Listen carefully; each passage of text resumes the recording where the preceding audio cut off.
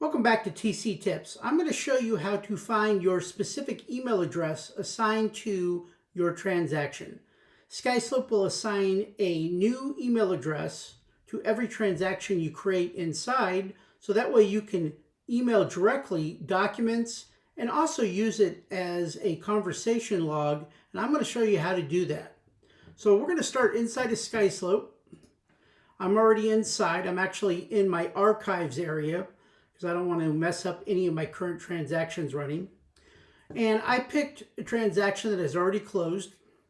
And what we're going to do is I'm going to show you where you can find that email address. So once you're inside the file, you can see the email address assigned to the transaction. A lot of times it has a very similar name to the property address. In this particular case, it's got the name of the property and then the part of the number portion of the address.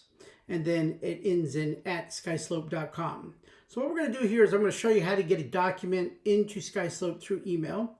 We're going to go ahead and cut and paste the email address. We're going to go over to the email section, my Gmail here. I'm going to open it up, create a document, or create an email here. We're going to assign the email address. And then we're going to call this one email test. And then we're going to type a few things. Closing file done, Paul. And then we're going to attach a document as well. So we're going to attach this final prelim. Once that's attached, we'll go ahead and hit send. It's been sent. Now we'll go back over to Skyslope. And we're going to refresh the page. It'll take a few seconds to get the items actually where they need to go. Do it one more time here.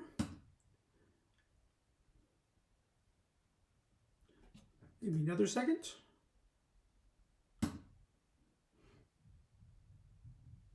There it is. All right, so the attachment to the email will be found in your documents area. Here's the final prelim. It moved it right to the documents area where you can now assign this to a spot in your checklist.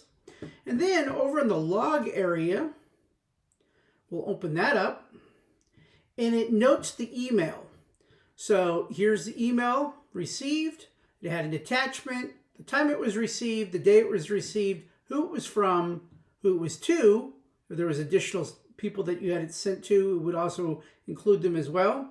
And then it tells you what the title of this particular email was. In this particular case, it was email test. Now, if you go over here and you click on email received, it will open a separate page. It'll actually give you the text or the words that were used inside the email. So for instance, if you're exchanging information with the outside agent and you were agreeing to terms, or if you had some other conversation that may be important after closing in the event of a dispute, you would now have tracked that email and saved in your Skyslope file for later use. So this is a great way to have a conversation log created right inside of your Skyslope file so that you could track what was said during the transaction.